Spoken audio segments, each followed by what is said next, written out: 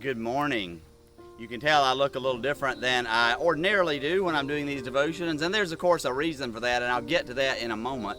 But first let me mention, I saw the other day an actor interviewed, and he said that they were filming the TV show that he acts on, and right in the middle of filming, and then halfway through filming an episode, the producer or whoever came in and said, we're shutting down production because of COVID-19, and we won't come back until the crisis is over. And he was teasing, and he said, so what's going to happen whenever we finally finish this episode is that we'll finish the episode, and everybody will be watching the episode, and halfway through, all of the actors suddenly will be 15 or 20 pounds heavier. Because we all went into our homes and we had nothing to do but binge eat, and of course that might be indeed what happens, who knows. Well, Paul writes in Romans, but you are not in the flesh, you are in the Spirit, since the Spirit of God dwells in you. Anyone who does not have the Spirit of Christ does not belong to him. But if Christ is in you, though the body is dead because of sin, the Spirit is life because of righteousness. If the Spirit of him who raised Jesus from the dead dwells in you, he who raised Christ from the dead will give life to your mortal bodies also through his Spirit that dwells in you. And oftentimes when we hear this, we think, well, the only thing that's important is my spirit. My body isn't important, it's just my spirit. But in fact, Paul is almost saying the opposite. He's saying our bodies and our souls are so intricately and intimately connected that God has a role in both of them, in both our spirit and our soul. And so although our bodies are not still subject to sin, at least not the ultimate penalty for sin, we can still use our bodies for good, and we need to use our bodies for good. And if we're not using our bodies, it's actually going to affect our souls.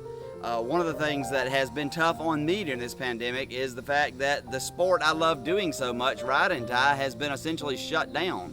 I competed in one back in February, and that's the last one we've had, and another one just shut down that was going to be at the end of August. And it's really hard for me to train when I have something I'm looking forward to. And so I haven't been doing the kind of running that I needed to be doing during this pandemic. And it occurred to me recently, it's affecting my spirit. I've been grumpier than I should have been. I've had to really cut back on my Facebook time because I just wanted to be grumpy and complain to people who disagree with me or whatever and try to right every wrong I could find on there. And I realized that really wasn't healthy for me.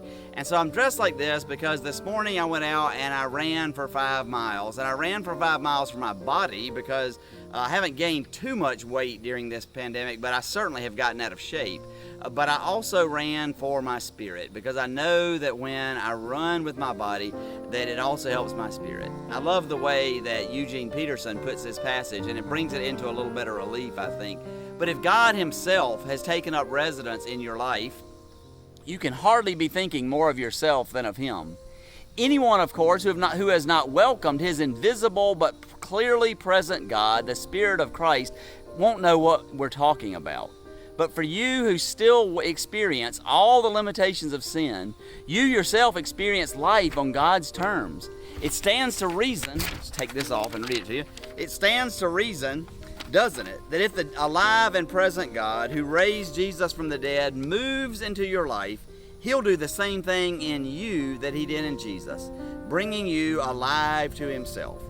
When God lives and breathes in you, and he does as surely as he did in Jesus, you are delivered from that dead life.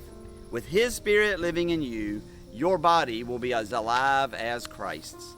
So today I want you to take a little inventory. Do you need to work on your spirit a little more right now, spending more time in prayer, perhaps in Bible study? Or do you need to work on your body a little bit more, exercising, eating better, whatever you might need for your body to be a little healthier so that it can help your spirit? Or if you're like me, the answer probably is both. And commit yourself to some regular period of exercise, whether it is physical exercise or spiritual exercise, whether it is eating good, positive physical food or eating good, positive spiritual food. Commit yourself to do that and begin today. We can do that. We can be as alive in our bodies as Christ Jesus was in his because God is with us. Amen.